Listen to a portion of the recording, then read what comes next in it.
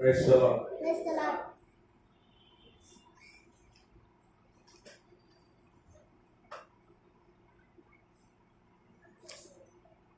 கர்த்தருடைய பரிசுத்த நாமத்துக்கு ஸ்தோத்திரம். ஆண்டவராகிய இயேசுவின் நாமத்தினாலே உங்களை சீகன் பார்க் பைபிள் இன்ஸ்டியூட் வகுப்புகளுக்கு அன்புடன் வரவேற்கிறேன். கர்த்தர் உங்களை ஆசீர்வதிப்பாராக.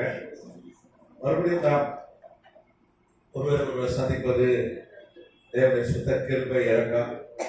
அருமையான சொன்னப்பன் ஐயா, பாஸ்டமா மற்றும் உடன் ஊழியர்கள், வந்திருக்கிற தேவ ஊழியர்கள், கர்த்தருடைய பிள்ளைகள் எல்லாருடைய நன்றியை நான் தெரிவித்துக் கொள்கிறேன்.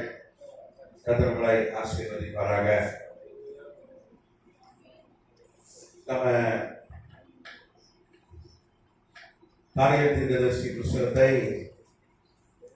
ஆய்வு செய்ய ஆரம்பித்தோம். அப்புறம் இடையில மற்ற காரியங்களை ஆய்வு செய்தோம். மறுபடியும் நம்ம தானியேல் தீர்க்கதரிசி புஸ்தகத்துக்கு போயிருவோம். தானியேல்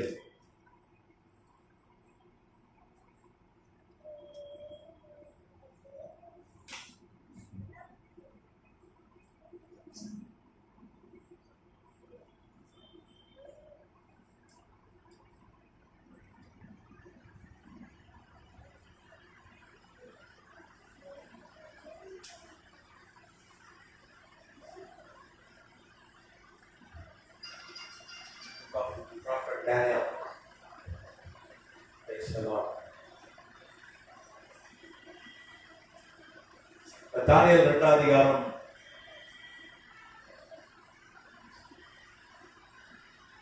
அதுல கடந்த வகுப்புல பார்த்தீங்கன்னா 4ஆம் ஒரு ராஜ்யம், ஒரு சிலை ஒன்று நேபுகாத்நேச்சர் கனவுல சொப்பனத்தில் பார்க்கலாம். தலை எப்படி இருக்கு? தங்கமாக இருக்கிறது. அதுக்கப்புறம் மார்பும் புயங்களும், புயனா கை எப்படி இருக்கு? வெள்ளி. அதன் வயிறும் தொடையும் என்னது? வெண்கலம். அதன் கால்கள் இரும்பு.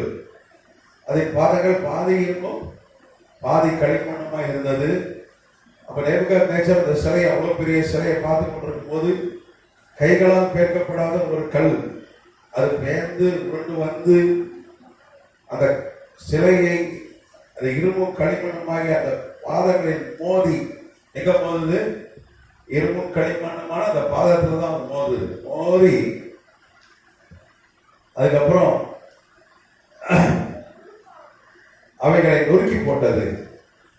35 வசனம் தானியேல் 2:35 சொல்லுது. அப்பொழுது அந்த இரும்பும் களிமண்ணும் வெண்கலமும் வெள்ளியும் பொன்னும் ஏகமாய் நொறுங்குண்டு கோடை காலத்தில் போரடிக்கிற களத்திலிருந்து பறந்து போகிற பதரை போல் ஆயிற்று. எல்லாம் தூசி பவுடர் ஆயிடுச்சு, பறந்து போச்சு. அவைகளுக்கு ஒரு இடமும் கிடையாதபடி காற்று அவைகளை அடித்து கொண்டு போயிற்று. காத்துல எல்லாம் பறந்து போயிட்டு சிலையை மோதினோம் கள்ள வென்றார். ஒரு பெரிய பர்வதமாகி பூமியெல்லாம் நிரம்பிற்று. அப்போ நம்ம போன வகுப்புல பார்த்தா தலை எதை குறிக்கிறது? இரும்பு பசும்பொன் எதை குறிக்கிறது? பாபிலோன் சாம்ராஜ்யத்தை குறிக்கிறது பார்த்தோம். அது பிற்பாடு வெள்ளி, மார்பும் கைகளும் வெள்ளி, எதை குறிக்கிறது? மேதிய பெர்சிய சாம்ராஜ்யம். அதுக்கப்புறம் வயிறும் தொடையும் வெண்கலம், இது எதை குறிக்கிறது? கிரேக்க சாம்ராஜ்யத்தை குறிக்கிறது. அது பிற்பாடு கால்கள் இரும்பு, அது ரோம சாம்ராஜ்யத்தை குறிக்கிறது. அதுக்கு பிற்பாடு இரும்பும் களிமண்ணும் கலந்த ஒரு சாம்ராஜ்யம், அதுதான் கடைசி வல்லரசு என்று இங்கே வேதம் சொல்லுது. லாஸ்ட் வல்லரசு. அந்த வல்லரசு காலத்துல தான் இருக்கிறோம். நம்ம போன வகுப்புல பார்த்தோம், நேட்டோன்னு ஒரு அமைப்பு வந்து நார்த் அட்லாண்டிக் ட்ரீட்டி ஆர்கனைசேஷன் 1949 தொடங்கினார்கள். நேட்டோ. நீங்க பாத்தீங்கன்னா 40ஆம் வசனம் வாசிங்க.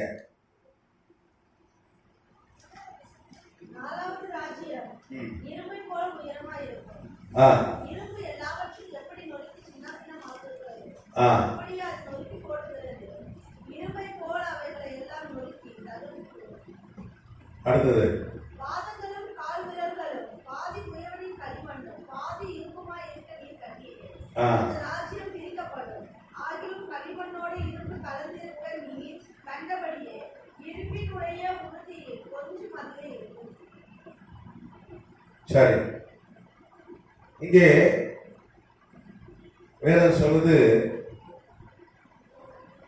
42ஆம் வசனம், கால் வீரர்கள் பாதி இரும்பும் பாதி களிமண்ணுமாய் இருந்தது. என்னவென்றால் அந்த ராஜ்யம் ஒரு பங்கு உரமும் ஒரு பங்கு எரிசலுமாய் இருக்கும். நீர் இரும்பை களிமண்ணோடு கலந்ததாக கண்டீரே. 43ஆம் வசனம், அவர்கள் மற்ற மனுஷரோடு சம்பந்தம் கலப்பார்கள், ஆகிலும் இதோ களிமண்ணோடு இரும்பு கலவாதது போல அவர்கள் ஒருவரோடு ஒருவர் ஒட்டி கொள்ளாதிருப்பார்கள். எத்தனாமத்துக்கு சோதரம். அப்ப பல நாடுகள் சேர்ந்து ஒரு சாம்ராஜ்யம் என்று இங்கே வேதம் சொல்லுது. அப்போ இரும்பும் களிமண்ணுமாக சாம்ராஜ்யம். இரும்பு அப்ப எதை குறிக்கிறது? ரோம சாம்ராஜ்யத்தை குறிக்கிறது. நான் போன வகுப்புல நம்ம பார்த்தோம், இரும்பு ரோம சாம்ராஜ்யத்தை குறிக்கிறது. இப்ப களிமண் எதை குறிக்கிறது பார்த்தோம் போன வகுப்புல. ஞாபகம் இருக்கா? சொல்லுங்க.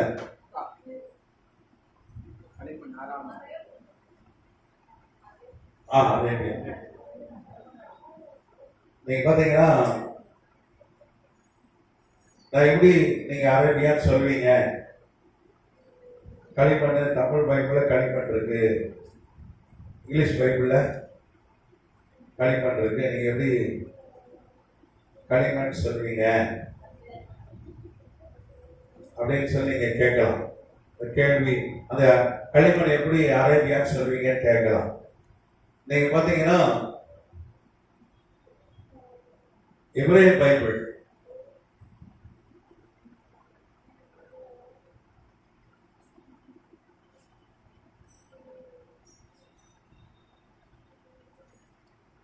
இரும்போ களிமண்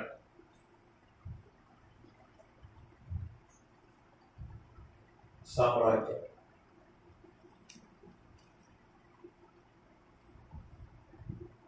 இதான் கடைசி வல்லரசு. அதுக்கப்புறம் ஒரு வல்லரசு கிடையவே கிடையாது. வேதம் சொல்லுது, நீங்க எபிரேய பைபிள் வாசிங்கன்னா எபிரேய மொழியில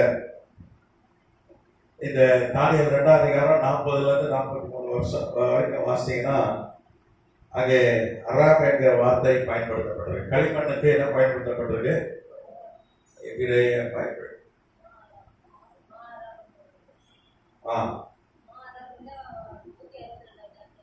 ஆமா, அதான் எழுதி போட்டாங்க ஒரு வாட்டி இல்ல. அப்போ இருப்பது ரோம சாம்ராஜ்யத்தில் இருக்கிற நாடுகள். ரோம சாம்ராஜ்யம் நாடுகள் எதெல்லாம்? ரோம சாம்ராஜ்யத்தில் இருக்கிற நாடுகள் அமெரிக்கா, ஐரோப்பா நாடுகள், மேற்கு ஐரோப்பா நாடுகள், அதுக்கப்புறம் நிறைய ஆஸ்திரேலியா, அப்புறம் அதுக்கப்புறம் கனடா. இதெல்லாம் வந்து இரும்பு என்கிற சாம்ராஜ்யத்தை குறிக்கிற வார்த்தைகளாக இருக்கிறது. எத்தனாமத்துக்கு சூத்திரம். அப்போ அரபுன்றது இஸ்லாமிய நாடுகள், அரேபிய நாடுகள். நீங்க பாத்தீங்கன்னா முதல் போர் நேட்டோ அரேபியா வந்து குவைத்தை வந்து சதாம் ஹுசேன் பிடிச்சிடறாரு. எப்போ அது நடக்குதுன்னா 1990.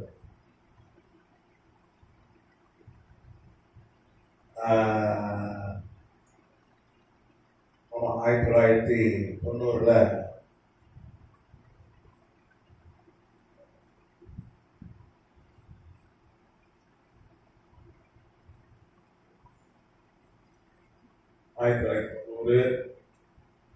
ஆகஸ்ட் மாசம்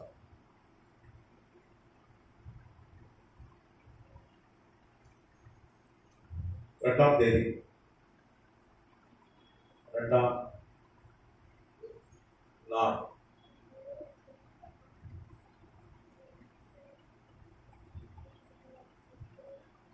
ஈராக் வந்து என்ன பண்ணுது?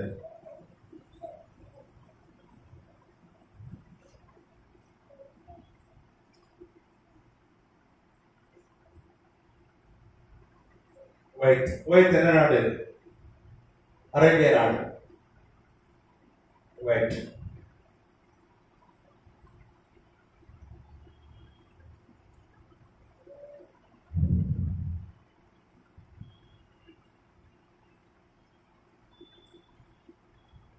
குவைத் என்ன நாடு? அரபு.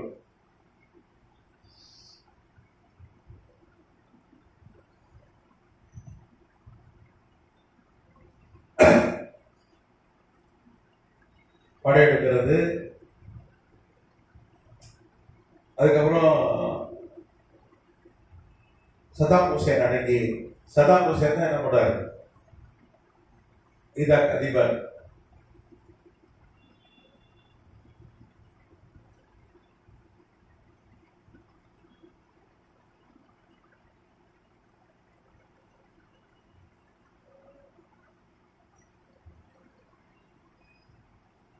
Saddam Hussein.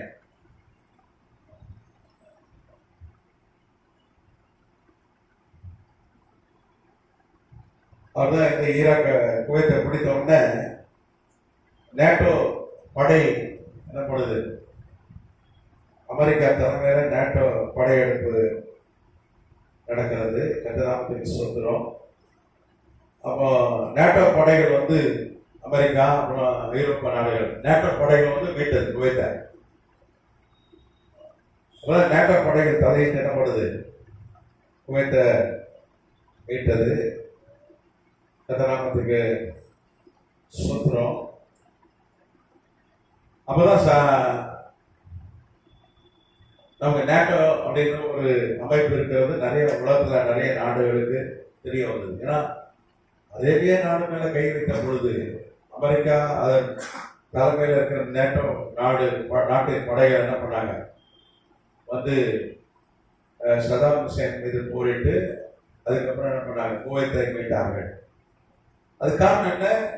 இந்த ஒப்பந்தங்களின் பேர்ல இது ஒரு சாம்ராஜ்யம். நேட்டோ என்பது என்னது? ஒப்பந்தங்களின் பேரில் சாம்ராஜ்யம். அதான் கடைசி வல்லரசு. அதுக்கு தலைமையா இருக்கிறது அமெரிக்கா.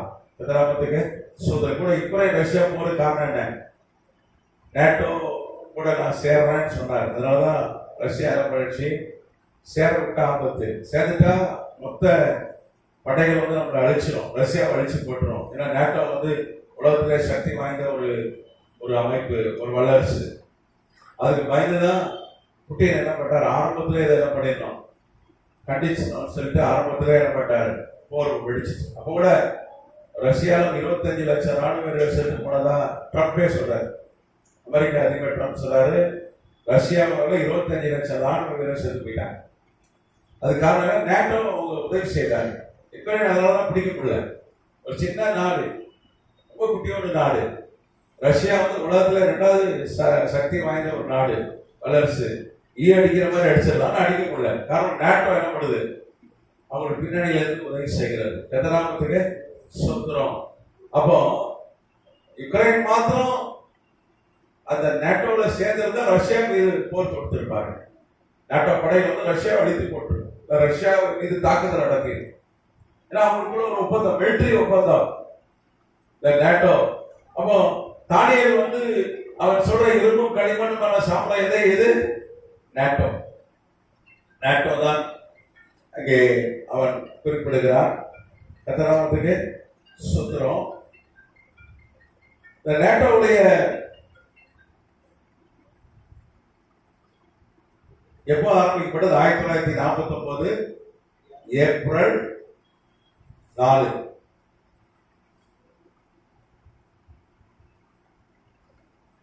ஏப்ரல் 4 ஆரம்பிக்கப்பட்டது. அதனுடைய தலைமை எங்க இருக்கு? நேட்டோவுடைய தலைமை எங்க இருக்குன்னா புருசல்ஸ்ல இருக்கு.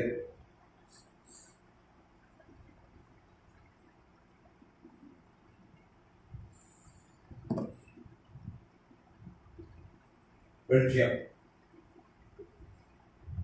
பெல்ஜியம் ஒரு ஐரோப்பிய நாடு.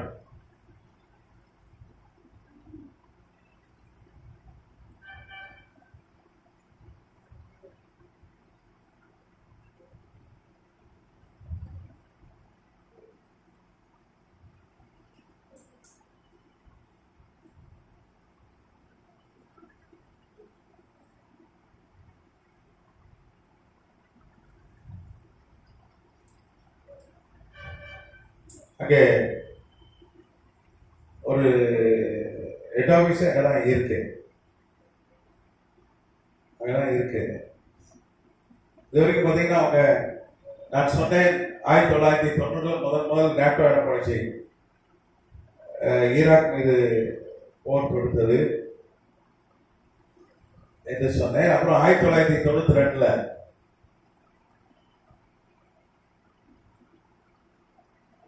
போஸ்னியா யுத்தம், போஸ்னியன் வார்.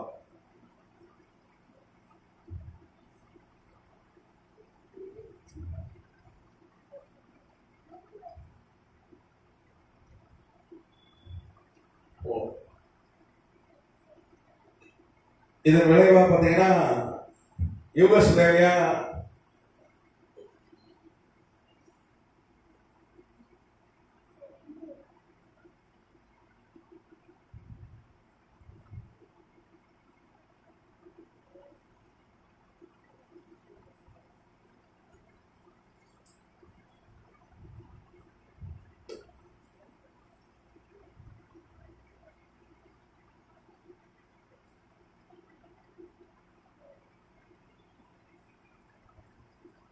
இதுக்கு பிறகுதான் பார்த்தீங்கன்னா போஸ்னியா, எர்செகோவினா, குரோஷியா இப்படின்னு நாடுகள் உடைத்தது. இதுக்கப்புறம் தான் நேட்டோ தலையிட்டு தான் என்ன பண்ணாங்க, அந்த போர்ல தலையிட்டு இந்த யூகோஸ்லாவியா நாடு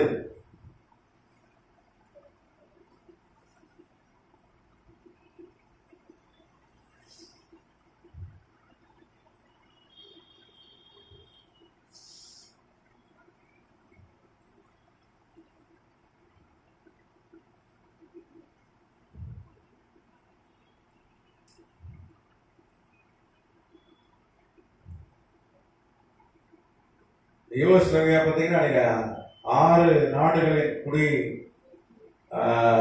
நாடுகள் சேர்ந்த ஒரு தேசமாக இருந்தது. இந்த போருக்கு அப்புறம் அது உடைக்கப்பட்டது, அந்த நாடுகள் உடைக்கப்பட்டது. இது காரணம் வந்து பார்த்தீங்கன்னா இந்த நேட்டோ தான், நேட்டோவுடைய தலையீடு. இப்படி சொல்லிட்டே போகலாம். அப்புறம்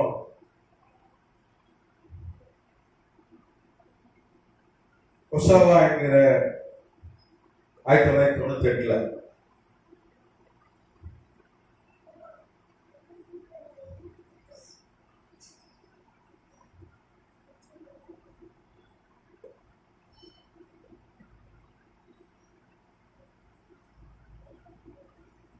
கொசோவா இன்டர்வென்ஷன் வார், கொசோவா.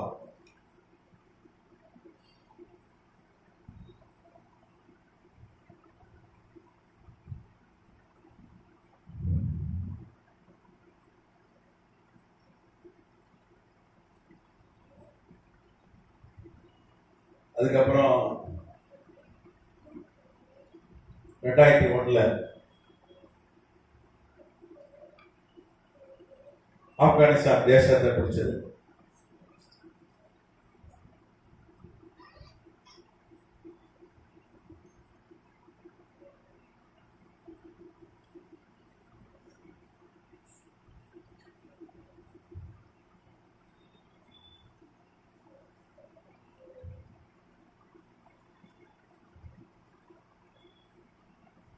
தாலிபான் கிட்ட ஆப்கானிஸ்தான் மீட்டது. இப்படி நம்ம அடிக்கிட்டே போனோம். இப்போ உலகத்துல மிக சக்தி வாய்ந்த ஒரு வல்லரசாக, ஒரு அமைப்பா இன்னைக்கு நேட்டோ இருக்கு.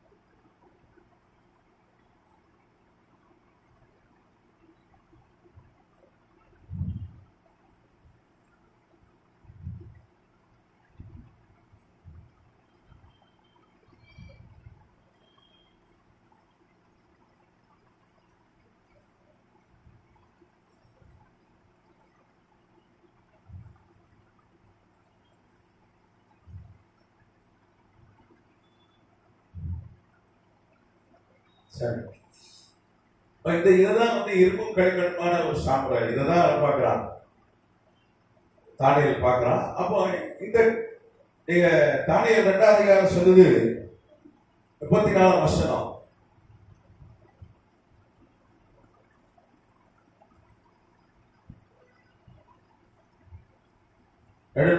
சொல்லுது,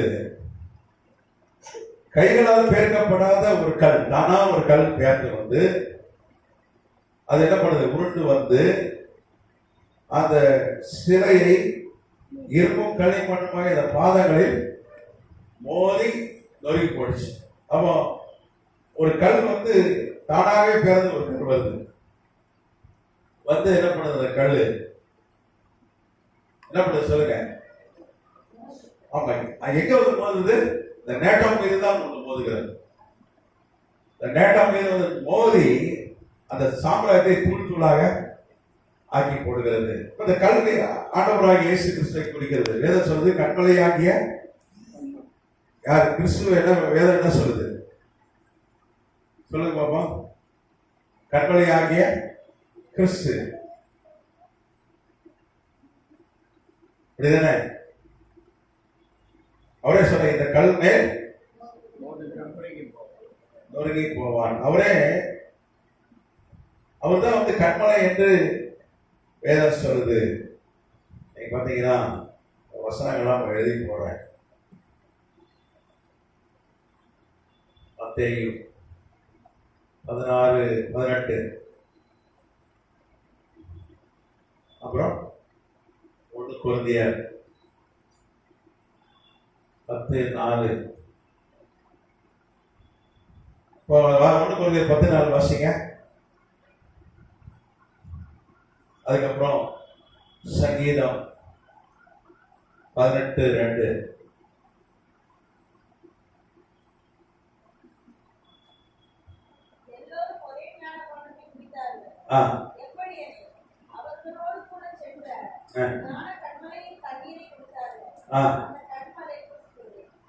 அந்த கண்மலை கிறிஸ்து.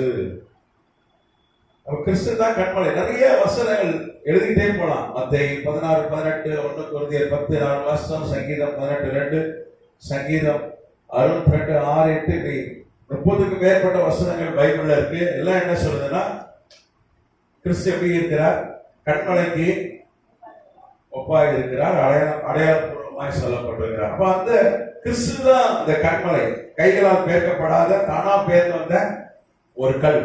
அவர் வந்து எங்க மோதுவார், இரும்பும் களிமண்ணுமான சாம்ராஜ்யத்தில் மோதி என்ன பண்ணுவார்ல, அழிச்சு போடுவார். நீங்க பாத்தீங்கன்னா இந்த கடைசி சாம்ராஜ்யத்துல தான் அந்த கிறிஸ்து எழும்பான்னு சொல்லி நான் பார்க்கிறோம்.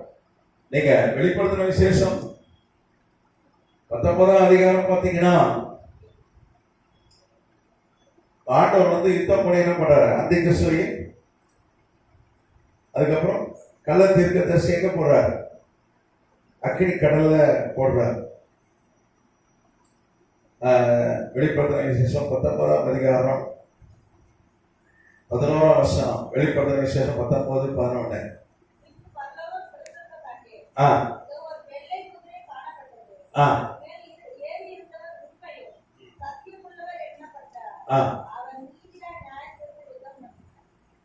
ஆண்டவராகிய இயேசு கிறிஸ்து தான் வந்து இறங்கி வந்து யுத்தம் பண்ணுவார் அப்படின்னு சொல்லி இங்க வேதம் சொல்லுது.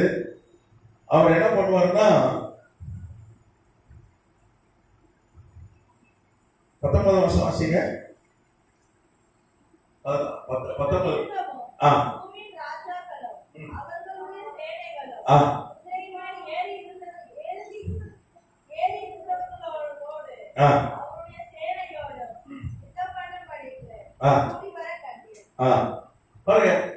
போர் நடக்குது.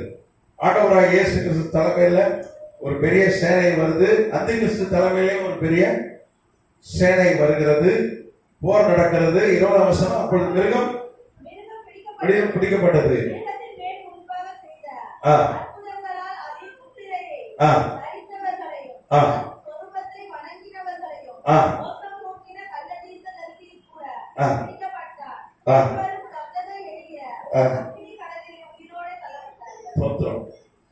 அப்போ இந்த கல் பேர்ந்து வந்து இரும்பும் களிமண்மான சாம்ராஜ்யம் மோதும் என்று தானியேல் சொன்னது.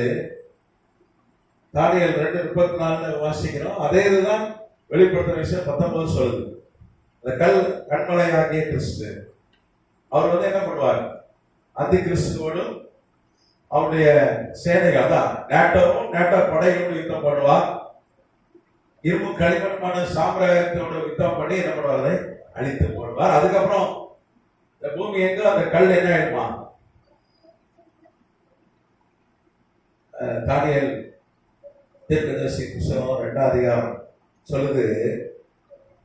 அதே 35 வசனம் சொல்லுது, சிலையை மோதின கல்லோ என்றால் ஒரு பெரிய பர்வதமாகி பூமியெல்லாம், ஆமா அந்த கல் அப்படியே உள்ள பூமியை நிரப்பி விடுகிறது. அப்ப கிறிஸ்து ஆளுகை 1000 வருஷம் அரசாட்சி. அதுதான் வெளிப்படுத்தின விசேஷத்தை பார்க்கிறோம். இதுதான் வந்து தானியேல் 2ஆம் அதிகாரம் நமக்கு காண்பித்து கொடுக்கிறது. அப்போ அந்தி கிறிஸ்து எங்கிருந்து வருவான்? இரும்பும், ஆமா இங்க இருந்து அந்தி கிறிஸ்து வருவான்.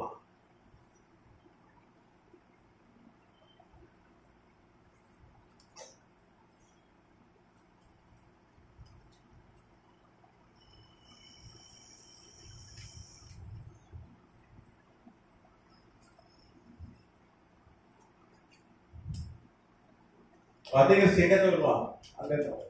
அந்த சாம்ராஜ்யத்துல தான் வருவான். நீங்க பாத்தீங்கன்னா பைபிள் நிறைய அந்தி கிறிஸ்துக்கள் ஏற்கனவே வந்திருக்கிறார்கள். இவன் தான் கடைசி அந்தி கிறிஸ்து. நான் ஏற்கனவே தானியேல் தீர்க்கதரிசி புத்தகம் 8ஆம் அதிகாரத்துல இருந்து ஒரு அந்தி கிறிஸ்துவை குறித்து ஒரு போதிச்சேன். ஞாபகம் இருக்கா? ஆன்டியோகஸ் 4 எபிஃபேனஸ் என்கிற ஒரு அரசன். ஞாபகம் இருக்கா?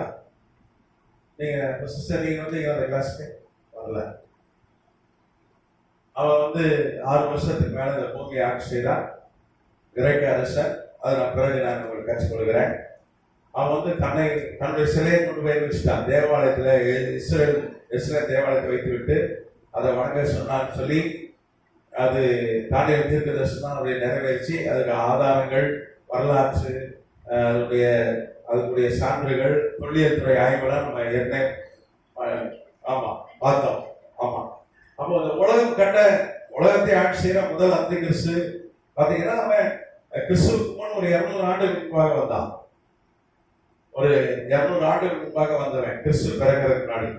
ஆன்டியோகஸ் 4 எபிஃபேனஸ் அவன் உலகத்தை ஆண்டா. தன்னை கிறிஸ்து என்று சொல்லிக்கொண்டா தன்னை வணங்க சொன்னான். ஏற்கனவே ஒருத்தன் வந்துட்டான். பிறகு தானியேல் 7ஆம் அதிகாரம் சொல்லுது.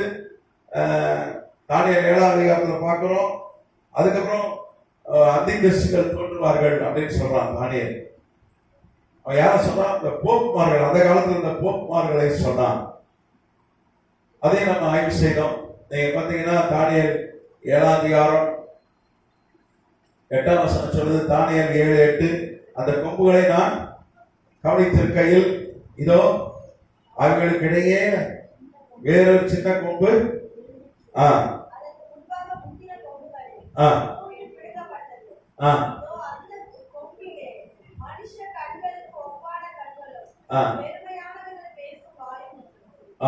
அதே மாதிரி 24 வாசிங்க. 24, 25.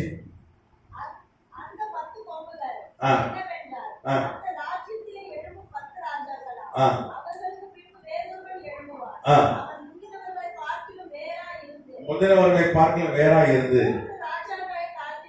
3 ராஜாக்களை தாழ்த்தி போட்டு உன்னதமானவருக்கு விரோதமாய் பேசுவான். உன்னதமானவருடைய பசுத்தவான்களை ஒடுக்குவான். காலங்களையும் பிரமாணங்களையும் மாற்றுவான். அவன் ஒரு காலமும் அரை காலமும்.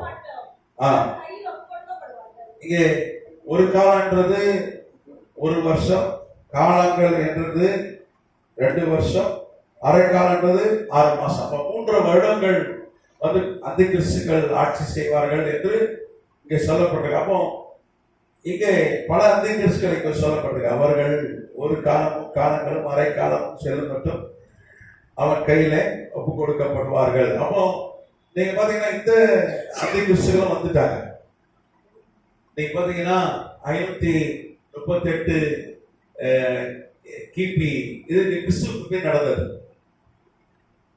1798 கிபி ஏடி வரைக்கும் ரோம சாம்ராஜ்யத்தை ஆட்சி செய்த போப்மார்கள் அரசர்களாக இருந்தார்கள். அவர்கள் அவர்கள் சபை ரோமன் கேத்தலிக் சபை தலைவர்களாக இருந்தார்கள். அவ வந்து விஜிலன்ஸ்ல இருந்து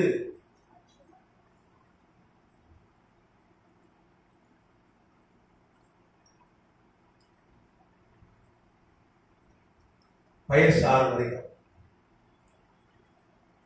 6ஆம் பயஸ் 6ஆம் பயஸ் அப்போ 1260 ஆண்டுகள்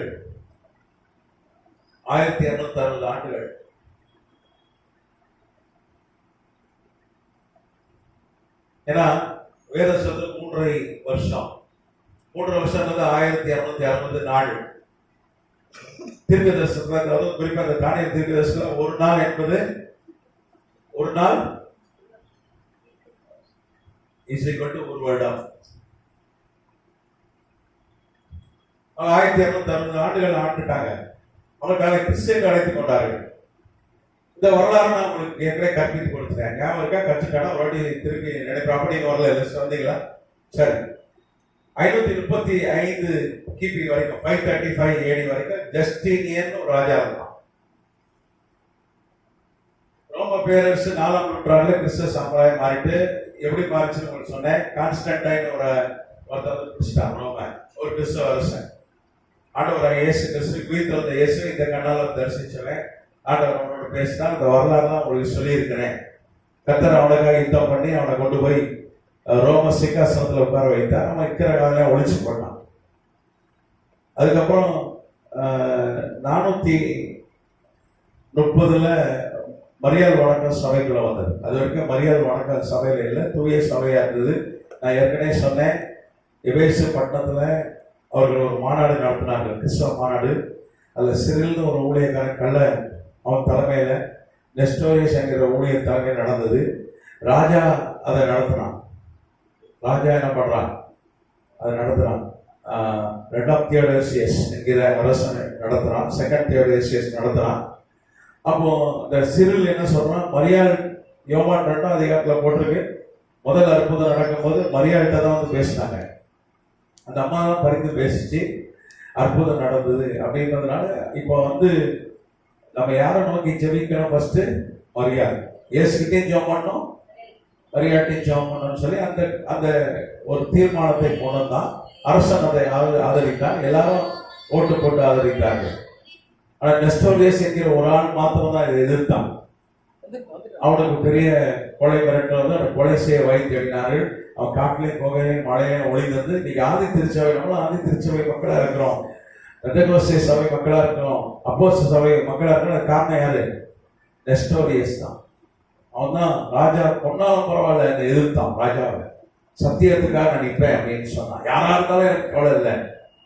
சாத்ராக் மேஷாக் ஆபேத்நேகோ மாதிரி தைரியமான என்ன வேண்டாம், செத்தாலும் பரவாயில்ல. அதனாலதான் இன்னைக்கு நம்மளாம் ஆவிக்குரிய கிறிஸ்தவர்களா இருக்கிறோம். அப்போ காட்டிலையும் புகையிலையும் ஒளிஞ்சிருந்து அவன் ஊழியம் செய்து ஒரு அந்த சபையை கட்டி எழுப்பினான். அதுக்கப்புறம் ரோமன் கேத்தலிக் ஃபுல்லா பரவிச்சு, உலகம் ஃபுல்லா பரவிச்சு. அப்போ ஜஸ்டினியன் ஒரு ராஜா இருக்கிறான். அவன் ஆளுகை என்னை யார்கிட்ட கொடுத்துறான்? சர்ச்சிட்ட கொடுத்துட்டு அவன் துறவரம் போயிடுறான். அவன் என்ன சொல்றான்? சபைதான் சக்தி வாய்ந்தது அரசனை விடன்னு சொல்லிட்டு துறவரம் போயிடுறான். ரோமன் கேத்தலிக் துறவரம் பக்தியம் சபைகிட்ட கொடுக்குறான். அன்னைக்கு ரோம பேரரசு ரொம்ப காலம் ஆண்டுச்சு உலகத்தை. 63 கிமு முதல் 63 பிசில இருந்து 1798 வரைக்கும் அவர்கள் உலகத்தை ஆண்டார்கள். அப்படின்னா பார்த்துங்க எத்தனை வருஷம் ஆண்டிருக்காங்க பாருங்க. ரொம்ப காலம் ஆண்டார்கள் அவர்கள். ஏறக்குறைய நீங்க பாத்தீங்கன்னா ஒரு 1860 ஆண்டுகள் ஆண்டார்கள். உலகத்துல அதிகமாய் ஆண்ட சாம்ராஜ்யம், உலகத்தை ஆண்ட சாம்ராஜ்யம் ரோம பேரரசு. அது காரணம் என்ன? அவங்களுக்குள்ள ஒரு ஜனநாயகம், ஒரு பாராளுமன்றத்தை வைத்திருந்தார்கள். இப்போ நம்ம இந்தியா தேசத்துல ஒரு பாராளுமன்றம் இருக்கிறது, அதுக்கப்புறம் பிரதமர் இருக்கிறார். பாராளுமன்றத்துடைய துணையோடு தான் பிரதமர் என்ன பண்றார், இந்தியாவை ஆட்சி செய்கிறார். அப்படிதானே? அதே மாதிரி அன்னைக்கு ரோம பேரரசர் உண்டு, ஒரு செனட் என்கிற பாராளுமன்றம் உண்டு. அந்த செனட் எங்க இருக்குன்னா அமெரிக்காவில் இருக்கு. செனட்டர்கள் என்று சொல்வார்கள். அதனால எம்பிக்களை என்ன சொல்லுவாங்க, செனட்டர்கள். அப்போ அப்படிதான் ஆளுகை. ஆனா ராஜா என்ன பண்றான், எல்லாம் ரோமன் கேத்தலிக் பாதிரியார்கள், பிஷப்மார்கள் எல்லாரையும் கொண்டு போய் எம்பி ஆக்கிறான், செனட்டர் ஆக்கி ஆட்சியை யாருக்கு கொடுக்குறான், சர்ச்சுகளை கொடுக்குறான். அவன் போப்ப ராஜாவாக்குறதுல நோக்கம் கிடையாது. அவன் சர்ச்சை ஆளுகை செய்யணும். அதுல இருக்க எம்பி மாரெல்லாம் யாரா இருக்கணும், எல்லாம் ஊழியக்காரனா இருக்கணும், ரோமன் கேத்தலிக் ஊழியர்களா இருக்கணும். அந்த நோக்கத்துல தான் கொடுக்குறான். அப்ப பால்னு ஒரு பிஷப் இருக்கிறார். அப்ப பிஷப் தான் போப்பன்றது அழைக்கப்படல, பிஷப் ஆஃப் ரோம். அப்போ அவர் தலைமையில அங்கே பாராளுமன்றத்தில் ஆட்சி நடக்கிறது. ஆனா பிற்பாடு விஜிலன்ஸ் ஒரு பிஷப் வருகிறார், ரோம பிஷப். அவர் என்ன பண்றாரு, அவர் எப்படின்னா அவர் ஒரு பட்டாக்கத்தி பைரவன். அவர் வரும்போது எப்படி வருவார்னா கத்தியோடு தான் வருவார். அவர் எதிர்த்து நிக்கிறவங்க கொள்ற ஆளு. அப்படிப்பட்ட ஆளு, ஒரு பயங்கரமான ஆளு அவரு. அவர் என்ன பண்ணாரு, சர்ச்சை ஆளுகைன்னா நான் தான் என்னது தலைவர், இப்ப நான் தான் ராஜா தன்னை முடி சொல்லி கொண்டார். எதிர்த்தவங்க கொண்டார்.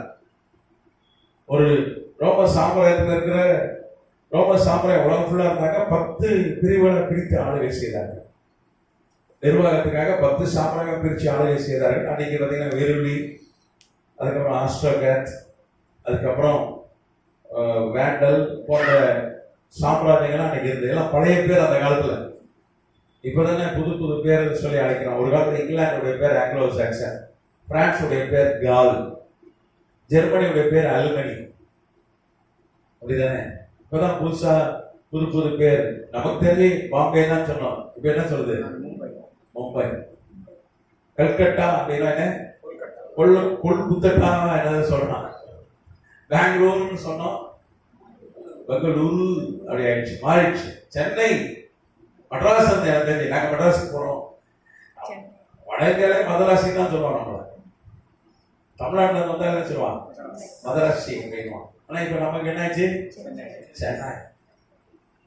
இப்படி பேரை மாத்தி போடுறாங்க. அப்போ அன்னைக்கு ஹெருலி, வேண்டல், ஆஸ்ட்ரோகாத் 3 சாம்ராஜ்யங்கள் இருந்தது, அழிக்கப்பட்டது. 538 கிபி அழிக்கப்பட்டு, ஏன்னா எதிர்த்து நிலவெல்லாம் அவன் என்ன பண்ணான், அழிச்சு போட்டான் இந்த விஜிலன்ஸ் என்கிற போப். ஏன்னா உலக பேரரசன் அது உட்காந்துட்டான், உலக ராணுவம் அவன் கையில இருந்தது. இன்னைக்கு இருக்கிற போப்மார் அப்படி இல்லை. இன்னைக்கு இருக்கிற போப்மாரையும் அவங்களே நீங்க குழப்பிக்க வேண்டாம். இன்னைக்கு இருக்கிற போப்மார் வெறும் ரோமன் கேத்தலிக் சபையுடைய தலைவர்களாக இருக்கிறார்கள். அவங்ககிட்ட ராணுவம் இல்லை, அவங்கள்ட்ட ஆட்சி இல்லை. ஆனா அன்னைக்கு இருந்த போப்மார் எப்படி இருந்தாங்கன்னா, நம்ம ட்ரம்போட பவர்ஃபுல்லா இருந்தாங்க, உலக ஆளுகையில் இருந்தார்கள், அரசர்களாக இருந்தார்கள். அப்ப அவங்க என்ன சொன்னாங்க, நாங்க கிறிஸ்து மாம்சத்தில் வந்த கிறிஸ்து நாங்க தான். என்ன சொன்னாங்க, மாம்சத்தில் வந்த கிறிஸ்து நாங்க, பாவத்தை மன்னிக்கிறவங்களுக்கு அதிகாரம் இருக்கு நாங்க. அப்ப எவன் ஒருத்தன் தன்னை கிறிஸ்துன்னு சொல்லணும், அவன் யாரு, அந்தி கிறிஸ்து. எவன் ஒருத்தன் நான் பாவத்தை மன்னிப்பேன்னு சொல்லணும், அவன் அந்தி கிறிஸ்து. விளாவரியா உங்களுக்கு நிறைய காரியங்களை, எப்படி பாவ மன்னிப்பு பணம் வாங்கினாங்க, அந்த காரியங்கள்லாம் உங்களுக்கு நான் காண்பித்து கொடுத்தேன் வரலாற்றுல இருந்து. ஒரு விழாவரியா எடுத்தோம். அப்ப நீங்க பாத்தீங்கன்னா விஜிலன்ஸ்ல இருந்து KS6 வரைக்கும் 1260 ஆண்டுகள் கொஞ்சம் போப்மார்கள் ஆட்சி செய்த போது வேதம் சொல்றது அவங்க அந்தி கிறிஸ்து. அன்னைக்கு இருந்த மக்கள் என்ன சொன்னாங்க, அந்தி கிறிஸ்து. ஏன்னா தன்னை கிறிஸ்டியன் சொல்லிக் கொண்டாங்க. நாங்கள் தான் மாம்சத்தில் வந்த கிறிஸ்டியன் சொல்ல கொண்டாங்க. இந்த பைபிள் சொன்னதெல்லாம் அப்படியே நடந்தது. அவங்க என்ன பண்ணுவாங்க, கேலண்டரை மாத்திடுவாங்க. 16ஆம் நூற்றாண்டுல கிரெகோரியன் ஒரு போப் வந்தார். அவர் தான் என்ன பண்ணார், கேலண்டரை மாத்திட்டார். இன்னைக்கு இருக்க ஜனவரி, பிப்ரவரி, மார்ச், நீங்க பைபிள்ல இருக்கிற கேலண்டர் ஆதார் மாதம், நிசான் மாதம் பைபிள்ல இருக்கா, சிவன் மாதம், வேற என்ன மாதம் இருக்கு பைபிள்ல சொல்லுங்க, ஒவ்வொரு மாதம் சொல்லுங்க. கிஸ்லேவ் மாதம், என்ன ஆதார் மாதம், ஆதார் இருக்கு. வேற என்ன மாதம் சொல்லுங்க பார்ப்போம். அன்னைக்கு லூனார் கேலண்டர் முறை இருந்தது. லூனார் இவர் தான் இந்த கிரெகோரியன் ஒரு போப்பு, உலக பேரரசர் போப்பு. அவர் கேலண்டரை மாத்தி ஜனவரி, பிப்ரவரி, தம்முஸ் மாதம். ஐயா அடி சூப்பர். சொல்றேன் கரெக்டா? தமுஸ் மாதம், ஏழூர் மாதம். ரைட், சரி, ரொம்ப சந்தோஷம். சரி, ரைட், சரி, ரொம்ப மகிழ்ச்சி. பெரிய பெரிய ஊழியர்கள்லாம் வராங்க பொழுது இவங்கெல்லாம் கலக்க போறாங்க. கத்த நாமத்துக்கு ஸ்தோத்திரம். பெரிய ஆட்கள், பெரிய பைபிள் டீச்சரா வருமா? அதான் இவங்க 2 பேரு, இவன் இன்னும் நிறைய பேரை கத்த எழுத போகிறார். கத்த ஸ்தோத்திரம், ரொம்ப சந்தோஷம். ரைட்டு. அப்போ ஜனவரி, பிப்ரவரிலாம் இவன் 16ஆம் நூற்றாண்டுல வந்துச்சு கேலண்டர். பைபிள் கேலண்டர் முறை வேறு. அன்னைக்கு உலகத்துல வேற கேலண்டர் முறை இருந்தது. இந்த கிரிகோரி வந்து நம்ம எல்லாத்தையும் மாத்திட்டாரு. சண்டேலானது சூரியனை வணங்குற நாள். அவங்க கிறிஸ்தவம் கிடையாது, சூரியனை வணங்குறவங்க. நான் ஏற்கனவே உங்களுக்கு கிளாஸ் எடுத்திருக்கேன். மண்டே அப்படின்னா என்னது? நிலாவை வணங்குற நாள், மூண்டே. ஏற்கனவே நிறைய கிளாஸ் எடுத்திருக்கேன். ஞாபகம் இருக்கா? எடுத்துக்கேன் சிஸ்டர். டியூஸ்டேனா என்ன, வெட்னஸ்டேனா என்ன, எல்லாமே ஒரு விக்கிரகத்தை வணங்குற நாள். சாட்டர்டேனா சேட்டர்னா சனியை வணங்குற நாள். ஆமா, நம்மளும் என்ன பண்றோம்? ஞாயிற்றுக்கிழமை நம்ம என்ன பரிசுத்த ஞாயிறு என்ன சொல்றோம்? ஆமா, ஓடி சண்டே சர்வீஸ் பண்றோம். சரி, அன்னைக்கு ரோம பேரரசுல சண்டே லீவா இருந்தது உலகம் ஃபுல்லா. ஆனா நம்ம சண்டே ஆராதிக்கிறது தப்பு இல்லை. ஏன்னா வேதம் சொல்லுது எந்த நாளையும் நம்ம என்ன பண்ணிக்கலாம், விசேஷித்துக் கொள்ளலாம். இப்போ அரேபியாலாம் போனீங்கன்னா வெள்ளிக்கிழமை தான் அங்கே ஆராதனை. ஏன்னா வெள்ளிக்கிழமை அவங்க லீவு. அப்போ அங்கே வெள்ளிக்கிழமை தான் அங்கே லீவு நாள் தான் ஆராதிக்க முடியும். அப்படிதானே? சரி, ஓகே. அப்போ ஏற்கனவே உலகம் வந்து இந்த போப்மார்கள் அந்தி கிறிஸ்துக்களா இருந்தாங்க. உலகம் சந்தித்திருக்கு, உலகத்தை ஆண்டிருக்கிறாங்க அவங்களும். அதே மாதிரி ஆன்டியோகஸ் எபிஃபனஸ் 4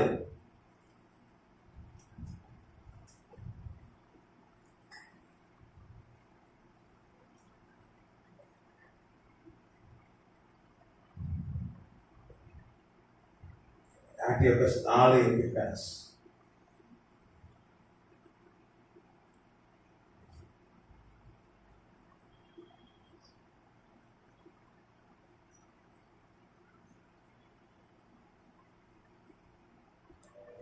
இவன் கிரேக்க அரசன், இவன் ஆண்டு இருக்கான் உலகத்தை. அப்போ உலகத்தை ஆளுகிற அந்தி கிறிஸ்துகள் உலகம் சந்தித்திருக்கிறது. உலகத்துக்கு ஒன்று உலகத்தை ஆளுகிற அந்தி கிறிஸ்து புதுசு அல்ல.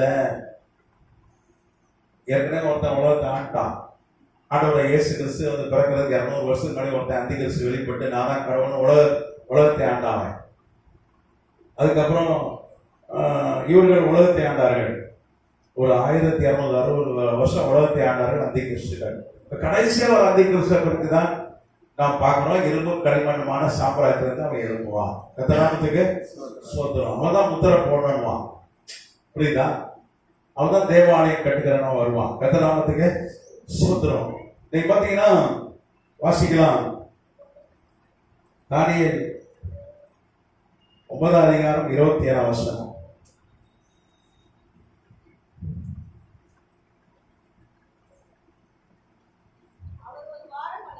அவன் வாசிக்க மாட்டான், அவன் வாசிக்கிறான். பிறகு நான் சொல்றேன். அவன் ஒரு வாரம் அளவும்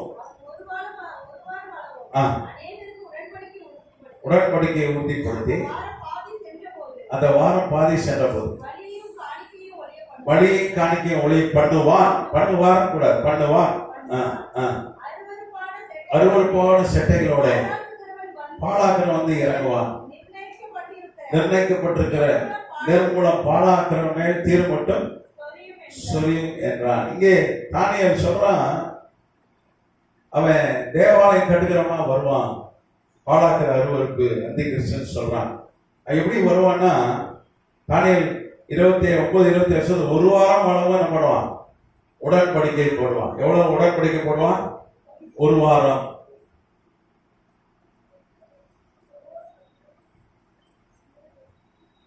உடன்படிக்கை யார் கூட போடுவான்? யூதர்கள் கூட, ஜூஸ் கூட.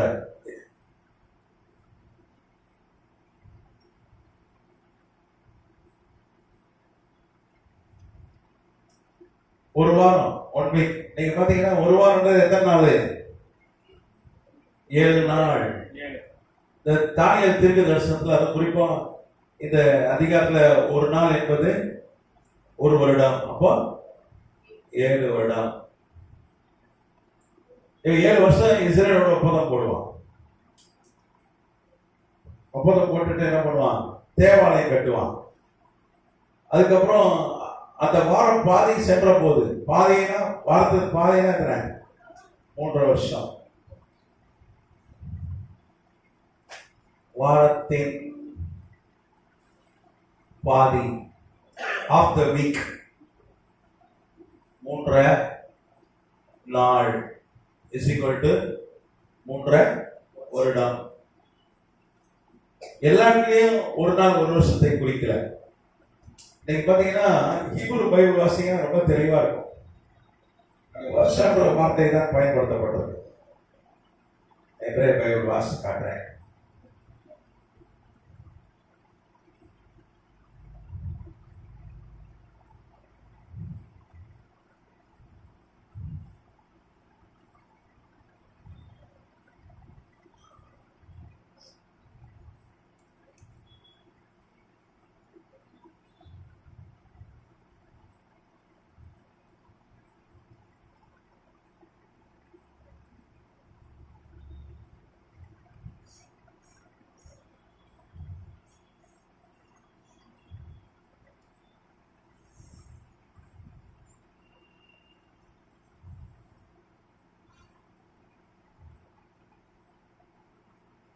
சபுவான்னு ஒரு வார்த்தை பயன்படுத்தப்படுது. சபுவா.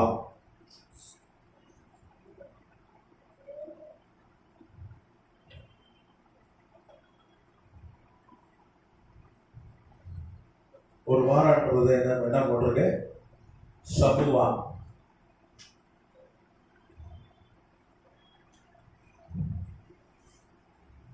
வாரத்துக்கு வந்து எபிரேய பைபிள் வந்து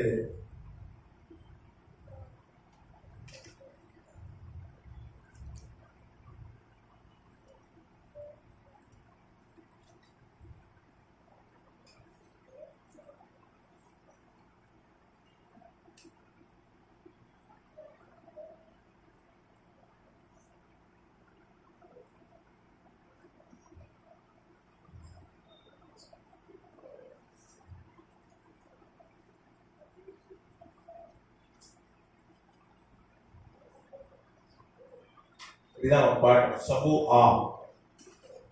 சபுவானா வருஷங்கள்னு அர்த்தம். இயர்ஸ், 7 வருஷம் அர்த்தம்.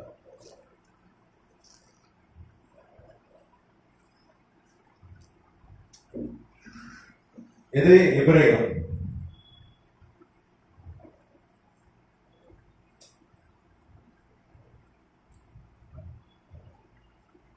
தானியல் எபிரேய பைபிள்ல என்ன போட்டிருக்கு? சபுவான் போட்டிருக்கு. சபுவானா 7 வருஷம் அர்த்தம். அப்போ 7 வருஷம் நம்ம ஒப்பந்தம் போடுவான். 7 வருஷம் ஒப்பந்தம் போடுவான். அப்புறம் பாதியில என்ன பண்ணிடுவான்? உடச்சிருவான். 3 நாள். அதுக்கு என்ன போட்டிருக்குன்னா எபிரேய வார்த்தை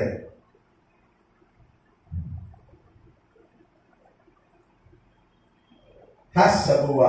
அது 3 நாள். வாரத்தின் பாதிக்கு எபிரேய சொல் வந்து சபுவா.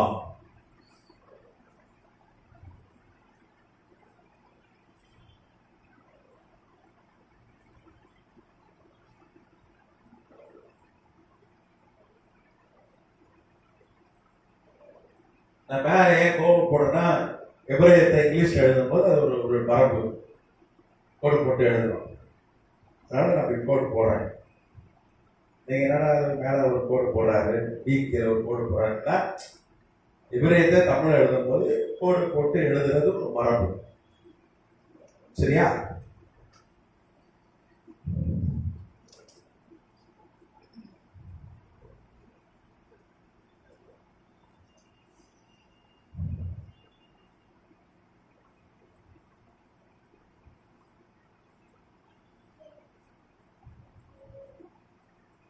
சபுவானா என்னது?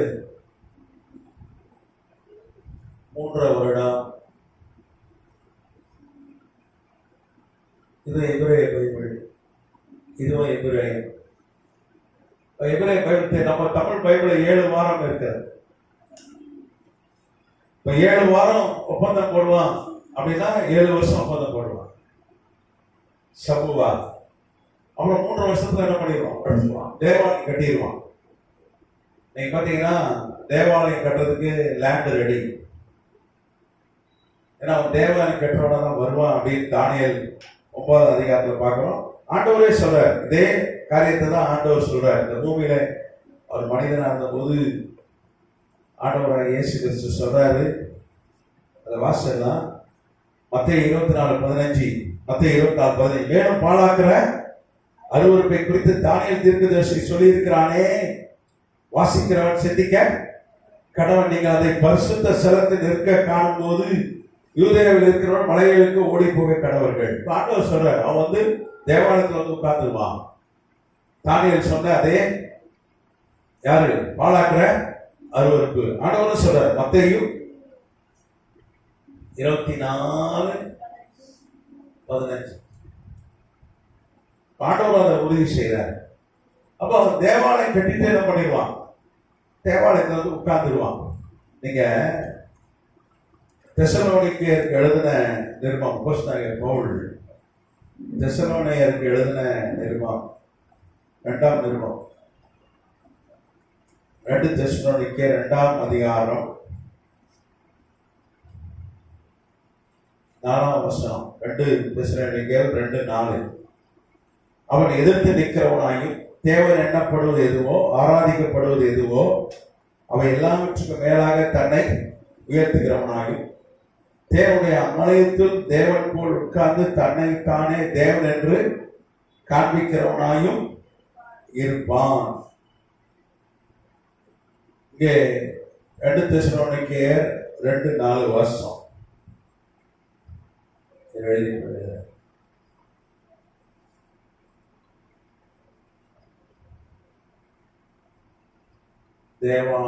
தேவாலயம் கட்டி சிங்காசனம் போட்டு உட்கார்ந்துருவான்.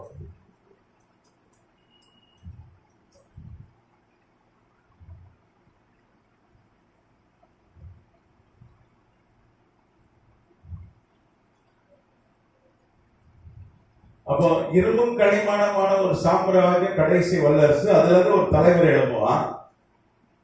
அவன் என்ன பண்ணுவான், யூதர்களோடு ஒப்பந்தம் போடுவான் 7 வருஷம்.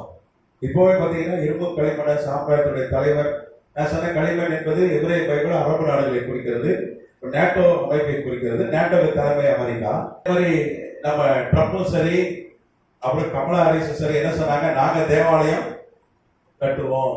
எங்க எலெக்ஷன் என்ன நடக்குது அமெரிக்காவில், ஆனா வாக்குறுதி என்ன கொடுக்குறாங்க, நாங்க தேவாலயம் கட்டுவோம், இஸ்ரேலோடு நாங்க நட்பாக இருப்போம், இஸ்ரேலுக்கு நன்மை செய்யும், இதான் வாக்குறுதி.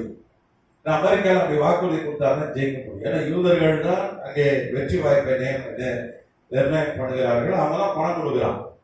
அங்க யூதர்களை பயிற்சிக்கிட்டா யாரும் ஜெயிக்கவே முடியாது, அங்க யூத லாபி.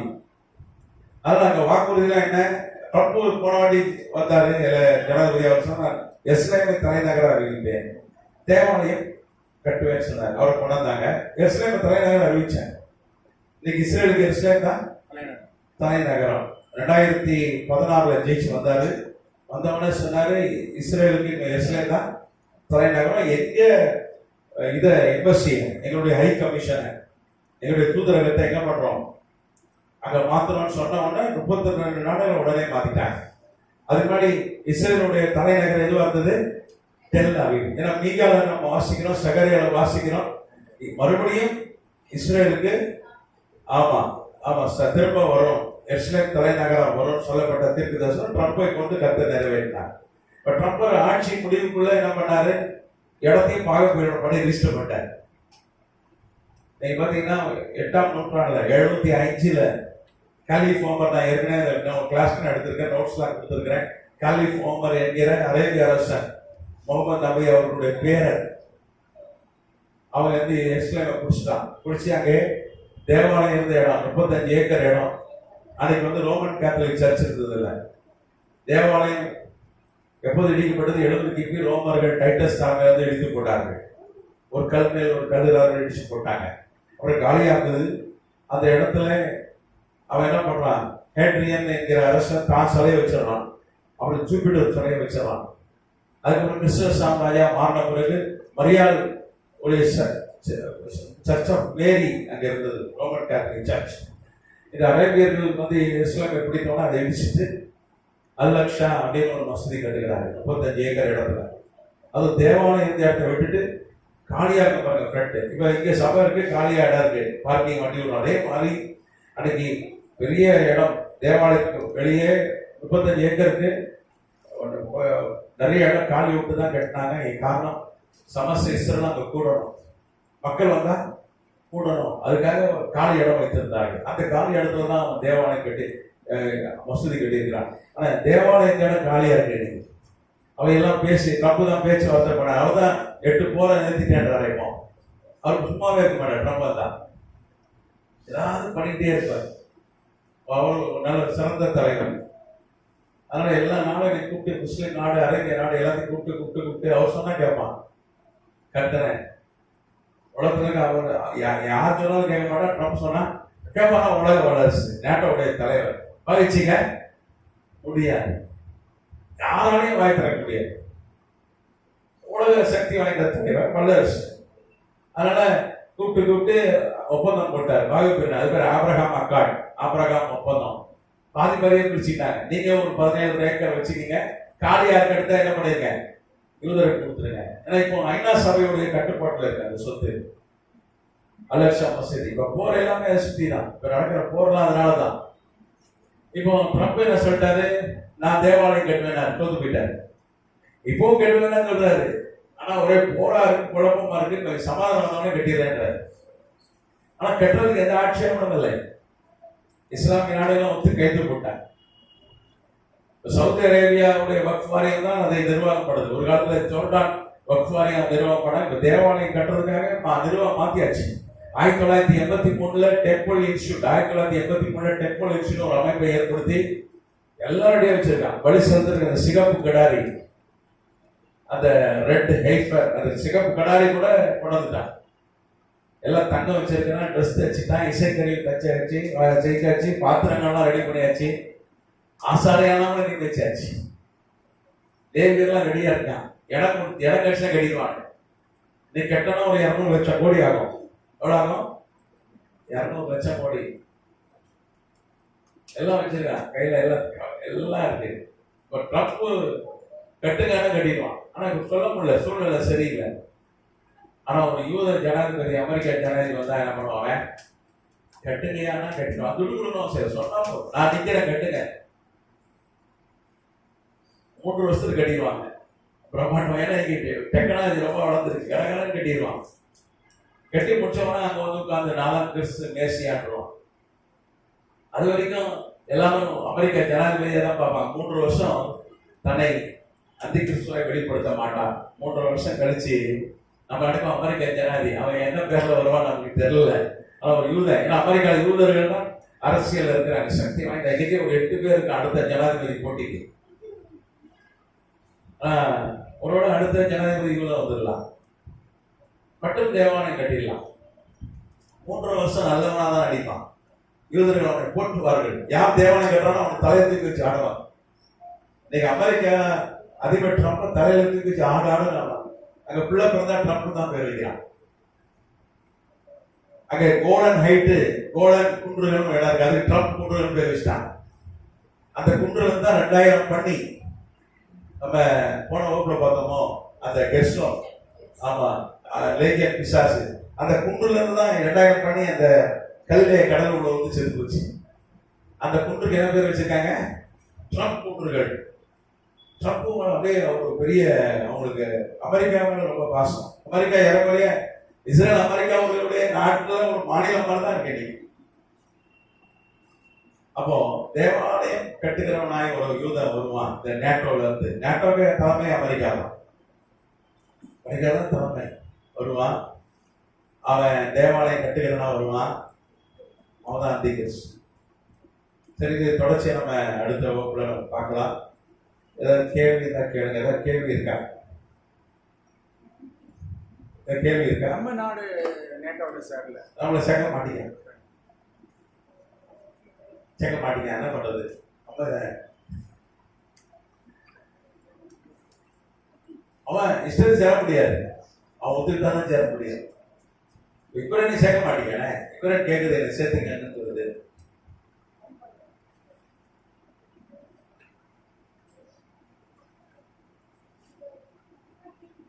பாகிஸ்தான் கூட ஒரு ஒப்பந்தம் இருந்தது நேட்டோக்கு. பாகிஸ்தான் இப்போ அது ரத்து பண்ணிட்டாங்க. பாகிஸ்தான் ஒரு பாகிஸ்தான் ரொம்ப சப்போர்ட் பண்ணிட்டு இருந்தது அமெரிக்கா. நமக்கு தெரியும், முந்தி அப்படி இருந்தது. ஆனால் இப்போ அப்படி இல்லை. இப்போ சூழ்நிலை இல்லை, நம்ம தேசம் சாதகமாக தான் இருக்கு. 100% வரி போட்டுட்டாங்க. வேற கேள்வி இருக்கா? கேள்வி இருந்தா கேளுங்க, முடிச்சிடலாம். ஐயா கொடுத்தாரு.